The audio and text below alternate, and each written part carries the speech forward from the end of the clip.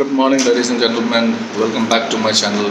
And today I'm going to discuss a very interesting topic, although the topic is going to be a little bit long. In today's fitness industry, everybody is running after keto diet, weight loss, fat loss, muscle building, and lots of other things. But nobody is really actually concerned about health, and nobody is talking about health, and a lot of deficiencies which are basically occurring country-wise, region-wise, and place-wise, state-wise, and the major epidemic which has been seen nowadays is vitamin D. Although it's a deficiency which has been prevailed for quite a long time, but this topic is very important. That's why I wanted to discuss. And vitamin D, the sunshine vitamin, is basically a secosteroid or a subclass of steroid, and it's a fat-soluble vitamin which is very important for vital functions of the human body. And along with intestinal calcium absorption, it also helps in building up the bones, and at the same time it also helps to build up the bones and make the bones stronger. And the importance of vitamin D is it's quite of great importance, and the circulating level of vitamin 25 hydroxy vitamin D is greater than 30 ng/ml, means 30 nanogram milliliter is required to maintain a healthy level of vitamin D. And almost about 1 billion of people worldwide have vitamin D deficiency all over the world. And vitamin D deficiency can lead to a lot of issues and problems, and most noticeably it's rickets, which is the softening of bones, bending of bones, and osteoporosis, or the brittle bones or the hollow bones in case of older adults.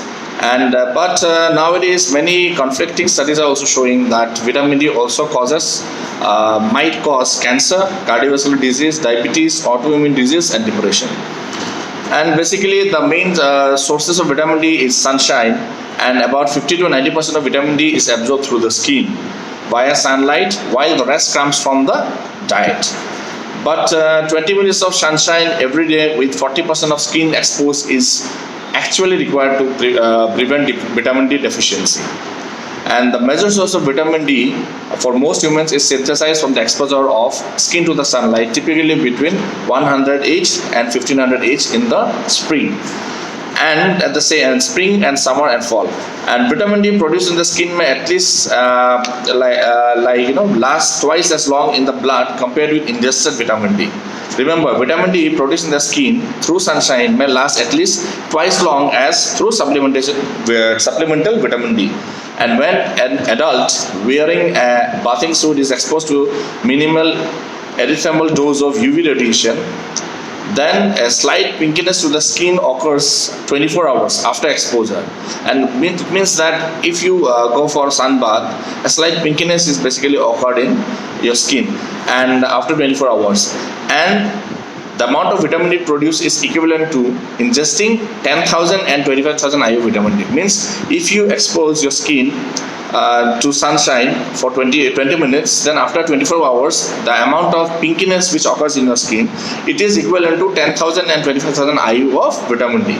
So a variety of factors reduce the skin production of vitamin D3, including increased skin pigmentation, aging, and the topical application of a sunscreen. Yeah, one more thing, if you apply too much of sunscreen, or if you apply sunscreen, then you are not going to get vitamin D. So it's better, if you really want to avoid vitamin D deficiency, avoid sunscreen and expose 40% of your body. If you have too much of severe sunburn or issues like that, then you cover those areas and expose the other 40% area of the body.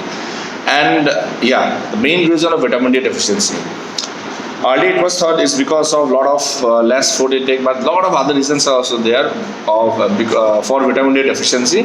And there are certain malabsorption syndromes such as celiac disease, or it's an intestinal disease, short bowel syndrome, gastric bypass, if somebody has done a gastric bypass surgery, if somebody has got lung disease, COPD, cystic fibrosis, that can also lead to vitamin D deficiency. It's not about only food sources, it's not about only malnutrition, it's about only because of certain kind of diseases also causes vitamin D deficiency. Moreover, medications such as phenobarbital, although I'm not a doctor, I hope I'm pronouncing it correct, phenobarbital, carbamazepine, dexamethasone, nifedipine. These are all certain medication, clotrimazole, and these are all certain medications, including induced hepatic P450 enzyme, which also degrades vitamin D level, existing vitamin D level in the body. Lastly, people with chronic liver disease and chronic kidney disease also at high risk of vitamin D deficiency, because due to the enzymatic hydroxylation of the liver, means the vitamin D is basically absorbed by the kidneys and the liver, and it's basically like it decreases the absorption of the vitamin D in the body. And deficiency of vitamin D, region wise based on different population, is it's quite huge. In US, it's 47% of African Americans are suffering from vitamin D deficiency. And infants basically 56% of Caucasian infants vitamin D deficiency, while over 90% of kids in Iran are suffering from vitamin D deficiency, including Turkey and India. See, 90% of infants in India, Iran and Turkey are suffering from vitamin D deficiency. And in case of adults, 35% of the population in the United States are suffering from vitamin D deficiency, and whereas 80% of adults in Pakistan, India and Bangladesh are suffering from vitamin D deficiency. So this is the case, and we really need to take care of this. And as I told you, the vitamin D is very important. And in the adult population, there are a lot of other symptoms which has been seen, although the deficiency of vitamin C is asymptomatic, but however, some of them have reported that whenever they have vitamin D deficiency, or whenever vitamin D deficiency is found in adults and kids, basically a generalized feeling of weakness, muscle aches, muscle twitching or fasciculations will occur, unnecessary muscle contractions without your control, osteoporosis, osteomalacia, and sometimes sometimes depression also occurs. And in children, specialty, irritability, lethargy, developmental delay, bone changes or fractures are also important signs of vitamin D deficiency.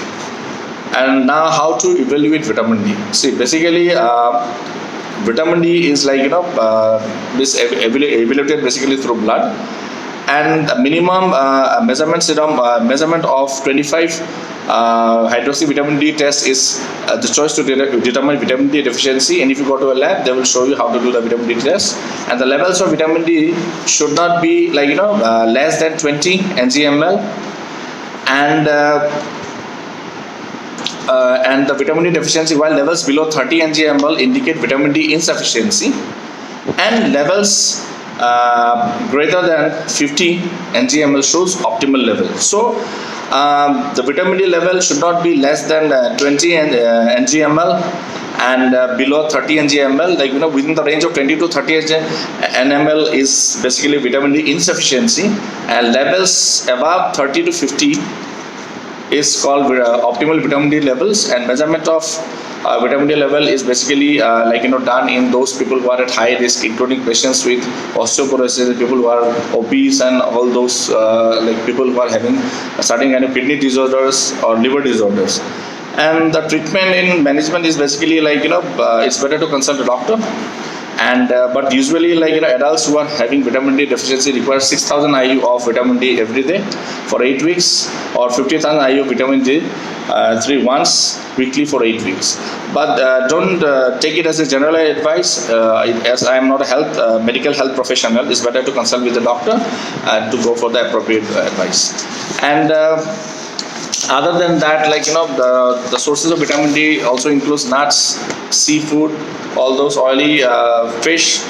But the thing is that it's better to expose yourself in the sunshine. And I'm again telling you that 40% of your body should be exposed, and those areas which are more prone to a lot of sunburn, especially your skin. And I don't think so to avoid vitamin D deficiency, I think you can expose your limbs, limbs and your upper part of your body, and excluding the neck and the face area. So that will suffice vitamin D improve vitamin D level in your body. And so keep watching until next time. Thanks for watching my videos. I'll be coming up with more videos. Thank you. Thanks a lot.